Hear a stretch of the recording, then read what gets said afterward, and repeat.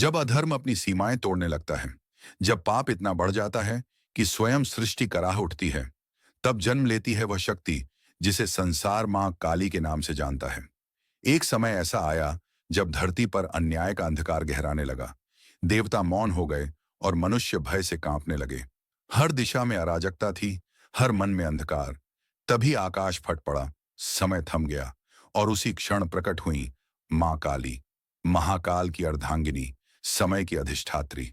उनका रूप देखकर दिशाएं सिहर उठीं, उनके नेत्रों में अग्नि की लपटें थीं और उनकी हंसी से पर्वत कांप उठे। देवी ने जब अपने रौद्र रूप में पापियों का संहार आरंभ किया, तो कोई भी देवता उनके सामने खड़ा नहीं रह सका।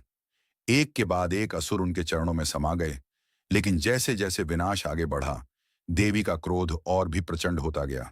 सृष्टि का संतुलन डगमगाने लगा। तब सभी देवता भयभीत होकर भगवान शिव की शरण में पहुंचे। उन्होंने देवी को शांत करने के लिए अनेक उपाय किए, परंतु असफल रहे। अंत में शिव ने वह निर्णय लिया जिसे केवल वही उठा सकते थे। वे निस्तब्ध होकर युद्ध भूमि में पहुंचे और देवी के मार्ग में भूमि पर लेट गए। मां काली अपने प्रचंड रूप में आगे बढ़ीं और अनजाने में उनका पैर भगवान शिव के सीने पर पड़ गया। उस क्षण मानो ब्रह्मांड ठहर गया। देवी की चेतना लौटी। उन्हें एहसास हुआ कि जिन पर उन्होंने पैर रखा है, वे उनके अपने आराध्य, उनके महादेव हैं।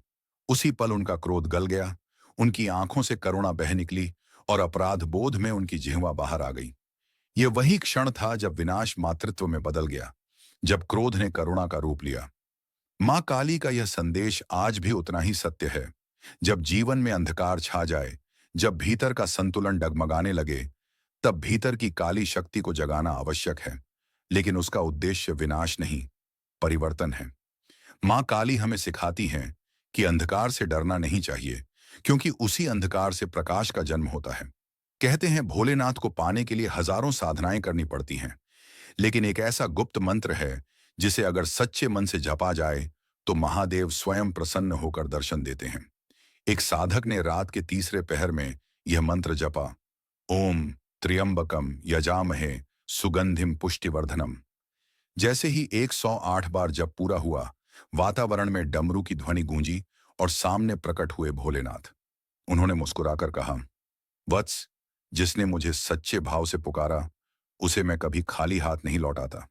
अगर आप भी महादेव की कृपा पाना चाहते हैं, तो अभी चैनल को सब्सक्राइब करें और वीडियो को लाइक और शेयर करें, ताकि यह भक्ति सभी तक पहुंचे। महादेव ने उस साधक को वरदान दिया कि उसके जीवन में अब कभी भय या अभाव नहीं रहेगा। यह मंत्र केवल शब्द नहीं, बल्कि एक दिव्य ऊर्जा है जो साधक को शिवत्व के मार्ग पर ले जाती है। जो श्रद्धा से इस मंत्र का जप करता है, उस पर भोलेनाथ की असीम कृपा सदा बनी रहती है। हर हर महादेव।